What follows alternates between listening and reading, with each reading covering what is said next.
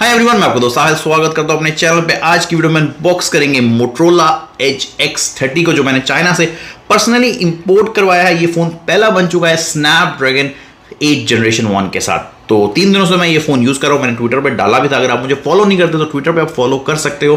मैं मोस्टली अपने new phones में बताता हूँ, जैसे मेरे पास आ चुका है Sony Xperia Pro 1। इसकी भी अनबॉक्सिंग बहुत जल्दी हमारे चैनल पे आने वाली है।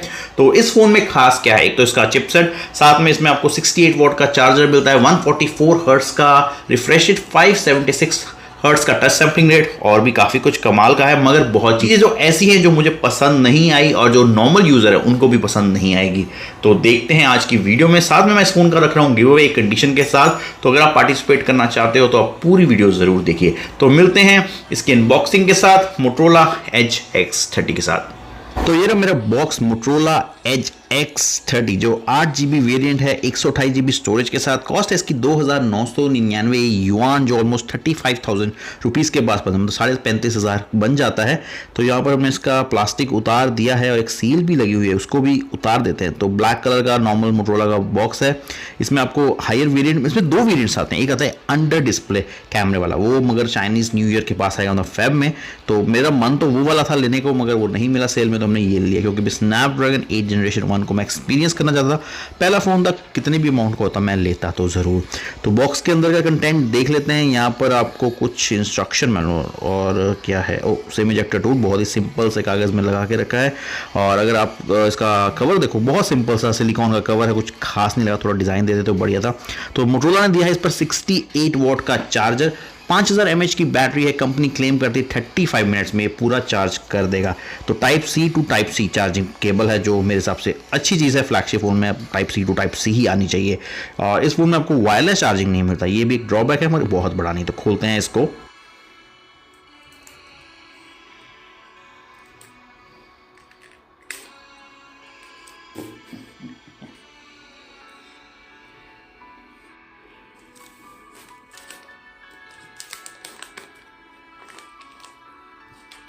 तो ये ब्लैक कलर का मैंने मंगवाया है, जो दूसरा कलर था वो अवेलेबल ही नहीं था सेल में। इसमें 3 वेरिएंट मिल जाते हैं, 8GB 128, 8GB 256 और 12GB 256।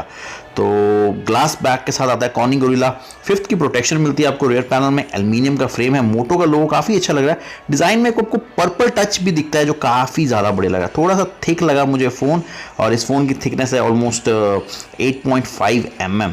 यहाँ पर जो पावर ऑन बटन है यार, बहुत ही ऊपर है, गूगल पिक्सल 6 प्रो की तरह। टॉप पे आपको नॉइस कैंसिलेशन मिलता है। यहाँ पे एक स्पेशल बटन है, बॉटम में type C charging port, stereo speaker और सिम ट्रे मिलती है। वेट की बात की जाए तो 196 ग्राम्स का वेट है, तो ठीक है, बहुत हैवी फ़ोन नहीं है। और अगर आपको मैं सिम ट्रे दिखाऊं तो इसमें आपको 2 नैनो सिम कार्ड का सपोर्ट मिलेगा, मतलब माइक्रो SD कार्ड का सपोर्ट नहीं मिलता। तो 128GB या 256GB ही आपके पास ऑप्शन मिलती है। फ़ोन को ऑन करते हैं और इसकी डिस्प्ले की बात करते हैं। 6.7 इंच का थोड़ा बड़ा फ़ोन लगेगा आपको। OLED डिस्प्ले के साथ आता है, single punch hole, full HD 1080 2400 का स्क्रीन रेजोल्यूशन मिलता है, 1 billion colour, 700 nits peak brightness, जो मुझे थोड़ी सी कम लगी। 144 हर्ट्ज का रिफ्रेश रेट मिलता है आपको इसमें, 576 हर्ट्ज का टच सैंपलिंग रेट, जो काफ़ी बढ़िया है। और ये आपका ये आ गया इन साइड माउंटेड फिंगरप्रिंट सेंसर, बहुत ही ऊपर है, बहुत ही ऊपर। मतलब अगर आपके छोटे हाथ हैं तो आप यूज़ ही नहीं कर पाओगे। मुझे बहुत प्रॉब्लम हुई, मुझे पिक्सल 6 प्रो में भी पसंद नहीं आया था, थोड़ा कॉपी मारा लगता है। ये हमारा फ़ोन ऑन हो चुका है, ठीक है, ब्रिजल्स भी कम लगे। और यहाँ पर आपको ब्लॉटवेयर मिलते हैं। Motorola फेमस है, इसकी UI जो स्टॉक एंड्रॉयड की काफ़ी सिमिलर होती है, मगर इसमें ब्लॉटवेयर हैं जो हमारे स्टॉक एंड्रॉयड में नहीं होते। अबाउट फ़ोन के बारे में पढ़ेंगे तो आपको मिलेगा इसमें क्या क्या क्या क्या क्या कुछ दिखाई नहीं, डिवाइस नंबर नाम में लिखा है। थोड़ा ऊपर करते हैं तो यहाँ पर आपको एंड्रॉयड वर्जन 12, जी हाँ, लेटेस्ट एंड्रॉयड का वर्जन मिलेगा, जो मुझे काफ़ी बढ़िया लगा। और जो चिपसेट है वो मिलता है स्नैपड्रैगन 8 जनरेशन 1 4nm पे बेस है, जो मुझे काफ़ी बढ़िया लगा, काफ़ी पावरफुल है। बाकी हम यूज़ करने के बाद बताएंगे। इसमें आपको 60 हर्ट्स और 144 हर्ट्स का रिफ्रेश रेट मिलता है, मतलब 120 या 90 हर्ट्स बीच में देनी चाहिए, क्योंकि 144 हर्ट्स बहुत बैटरी फूकेगी। बैटरी इसमें 5000 mAh की है, जो मैं आपको पहले भी बता चुका हूँ। और इसमें आपको गूगल, हाँ, अगर आप सोचो ये चाइनीज़ वर्जन है, गूगल चलेगा तो नहीं। आप देख सकते हैं, मैंने गूगल लिखा, गूगल प्ले सर्विस सब कुछ इसमें इंस्टॉल है, बस हमने ऐप प्ले स्टोर का ऐप ही डाउनलोड मारना है। फिंगरप्रिंट काफ़ी तेज़ लगा, काफ़ी ज़्यादा बढ़िया है। ये मेरा प्ले स्टोर हो गया है डाउनलोड और मैंने काफ़ी ऐप्स भी डाउनलोड कर लिए हैं। तो सबसे पहले हम करेंगे बेंचमार्क से शुरू। तो मैंने पहली बार ट्राई किया था तो मेरा 8 लाख स्कोर आया था। क्लेम किया था कंपनी ने कि भाई इसका बेंचमार्क स्कोर 10 लाख से भी ऊपर आता है, मतलब 1 मिलियन से भी ऊपर आता है। मैं ट्राई कर रहा हूँ और जो मैंने ट्राई किया, एक चीज़ मुझे इसमें बहुत बढ़िया नहीं लगी, वो है बहुत गर्म होता है ये फ़ोन। जी हाँ, बहुत ही ज़्यादा गर्म। आप भी आप देख सकते हो 46 के पास आ चुका है और मेरा रिकॉर्ड बना चुका है 49.6 में। पिक्चर दिखा देता हूँ।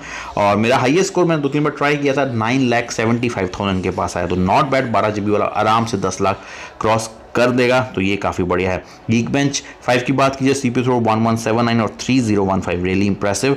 और अगर हम DRM इन्फो देखें तो इसमें आपको L1 मिलता है, जो काफ़ी बढ़िया लगा मुझे चाइनीज़ वेरिएंट के होते हुए भी।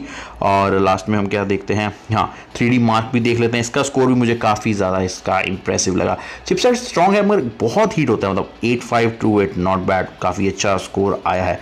तो स्कोर्स तो काफ़ी अच्छे हैं मगर गर्मी बहुत गर्म होता है, बहुत ज़्यादा गर्म होता है, मतलब आपके हाथ जलते हैं। एल्यूमिनियम का फ्रेम है, वो भी काफ़ी ज़्यादा बर्न होता है। CPU थ्रॉटलिंग भी करके देख लेते हैं। वैसे तो इनका UI काफ़ी अच्छा है, मतलब MyUI 3.0 डाला है इसमें, काफ़ी अच्छा मैंने सुना गया है। मगर ऑप्टिमाइज देखते हैं कैसा करता है। तो 76 यहाँ 76% CPU थ्रॉटलिंग हुई है, जो मेरे हिसाब से काफ़ी ज़्यादा है।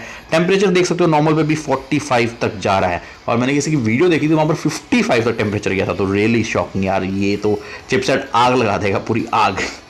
और इसके बाद हम ट्राई करते हैं हमारी फेवरेट गेम PUBG। देखते हैं किस ग्राफिक में हम खेल सकते हैं PUBG। और मैं जल्दी से इसका गेमिंग टेस्ट लाऊंगा। स्मूथ प्लस एक्सट्रीम की ऑप्शन मिलती है और अल्ट्रा HD अल्ट्रा की भी ऑप्शन मिलती है। एक डेथ मैच छोटा सा लगाते हैं और देखते हैं परफॉर्मेंस कैसी है, लैग करता है या नहीं करता। 144 हर्ट्ज का रिफ्रेश रेट, जो काफ़ी कूल है। तो होपफुली क्या कहते हैं, मोटरोला या ये चिपसेट भी 90 FPS तो खोल देना, मज़ा तो तभी ही आएगा। तो मैं ट्रिगर्स यूज़ करता हूँ हमेशा की तरह। तो एक बार एक मैच लगाते हैं छोटा सा। 2-0 से हम पीछे चल रहे हैं और हमने गन ली है UZI। तो यहाँ पर हम भागते भागते आ रहे हैं और ये पहला बंदा, वाह किल हमें पहली मिल गई। AWM BWM होता है। एक और बंदा आया मेरे पास, यहाँ पर एक और किल मिली। तो स्मूथ चल रहा है। बाकी मैंने अभी सोचा था कोई गेम ट्राई करूंगा जो 120 हर्ट्ज से ऊपर FPS सपोर्ट करे, मगर मैंने कहा जो अनबॉक्सिंग में नहीं डालते, वीडियो बहुत लंबी हो जाएगी।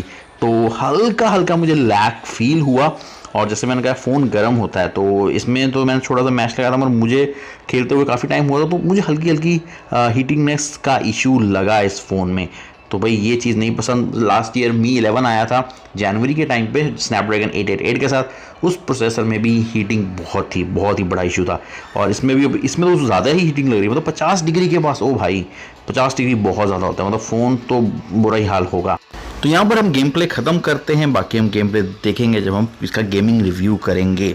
तो अब बात करते हैं इस फ़ोन के कैमरे की। तो इसमें आपको रेयर में मिलता है triple rare camera, 50 megapixel plus 50 megapixel plus 2 megapixel. पता नहीं यार, इतने फ्लैगशिप फ़ोन निकलते हैं, में 2 मेगापिक्सल का क्यों घुसा देते हैं जो किसी काम का नहीं है। फ्रंट कैमरे की बात की जाए, फ्रंट कैमरा मिलता है आपको 60 मेगापिक्सल का। इसमें 2 वेरिएंट आते हैं। स्पेशल वेरिएंट आता है जिसमें अंडर डिस्प्ले कैमरा है, वो फेब में आएगा जैसे कंपनी कह रही है, और ये पंच होल वाला 60 मेगापिक्सल का। बाकी इसमें आपको 10x का डिजिटल जूम मिलता है। वीडियो की बात की जाए तो आपको 4K 30 FPS और 8K 24 FPS की भी ऑप्शन मिल जाती है।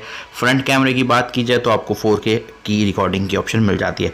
कुछ आपको मैं कैमरा शॉट्स दिखा देता हूँ। पिक्स की बात की जाए तो मुझे एवरेज लगा, कैमरा बहुत खास नहीं लगा और डायनामिक रेंज भी मुझे इतनी पसंद नहीं आई। वैसे यहाँ पर मैंने जूम करके पिक्चर ली थी, मतलब ठीक लगा मुझे, बहुत बढ़िया कैमरा नहीं लगा, एक फ्लैगशिप लेवल वाले फ़ोन का कैमरा नहीं लगा। बाकी आपको कैसा लगा आप मुझे कमेंट बॉक्स में ज़रूर बताइए। अगर आप कैमरा कंपैरिजन चाहते हैं या कैमरा रिव्यू चाहते हो तो भी बताइए। फ्रंट कैमरे की बात की जाए तो फ्रंट कैमरे में भी मुझे वो बात नहीं लगी, मतलब ब्यूटी मोड दिया गया है और काफ़ी जगह कलर्स इतने अच्छे नहीं आए, सैचुरेशन थोड़ी बेकार लगी। वीडियो एक मैंने बनाई थी, वो देख सकते हैं कितनी ही बेकार बनी है, मतलब सड़क पे आप देख सकते हो कैसे शेडोज ही पड़ रही है। और इस फ़ोन में आपको OIS का सपोर्ट मिलता है, तो मैंने थोड़ी सी रनिंग भी की थी कि देखते हैं कितना अच्छा है, मगर वीडियो भी मुझे इतनी खास नहीं लगी। मैंने 4K में वीडियो रिकॉर्ड की थी मगर वो मज़ा नहीं आया जो मैंने सोचा था। तो कैमरे में भी आपको इस फ़ोन में डिसअपॉइंटमेंट मिलेगी। बाकी देखते हैं आगे और क्या क्या खास है। स्टेबलाइजेशन मुझे ठीक लगी, मतलब नॉट बैड। बात की जाए इसके एक और फीचर की, जहाँ इसमें आपको लेफ्ट साइड में एक बटन मिलेगा माई की जिसको कहते हैं, उसमें आप कुछ अपॉइंट कर सकते हो, कुछ ऐप या फिर जैसे गूगल असिस्टेंट या कोई और ऐप कर सकते हो। जैसे मैंने किया है पबजी। जी हाँ, अगर मैं डायरेक्ट बटन दबाऊंगा तो डायरेक्टली पबजी ओपन होगी, जो मुझे रियली काफ़ी पसंद आया। तो अब जो ऐप सबसे ज़्यादा यूज़ करते हो आप वहाँ पर अपॉइंट कर सकते हो, सिर्फ प्रेस द बटन और वो सीधा खुल जाएगा, जो काफ़ी बढ़िया लगा। एंड्रॉयड 12 के साथ आता है तो काफ़ी आपको कूल लगेगा। इसका थीम, इसका कस्टमाइजेशन काफ़ी बढ़िया लगी मुझे, और काफ़ी हद तक स्टॉक एंड्रॉयड से सिमिलर है, पूरा नहीं काफ़ी हद तक, तो काफ़ी लोगों को पसंद आएगा। डिस्प्ले की बात की जाए तो OLED पैनल के साथ ये फ़ोन आता है, 1 बिलियन कलर्स है, तो काफ़ी बढ़िया है। सिंगल पंच होल 6.70 की ये स्क्रीन है, जो काफ़ी बढ़िया लगी। ब्रिजल्स भी कम है और चिन भी छोटा है, तो उसने मुझे ज़्यादा डिसअपॉइंट नहीं किया। तो और बात की जाए तो देखो 144 हर्ट्ज का रिफ्रेश रेट मुझे काफ़ी इंप्रेसिव लगा, मगर एक ड्रॉबैक है, आपकी बैटरी बहुत ज़्यादा ड्रेन होगी।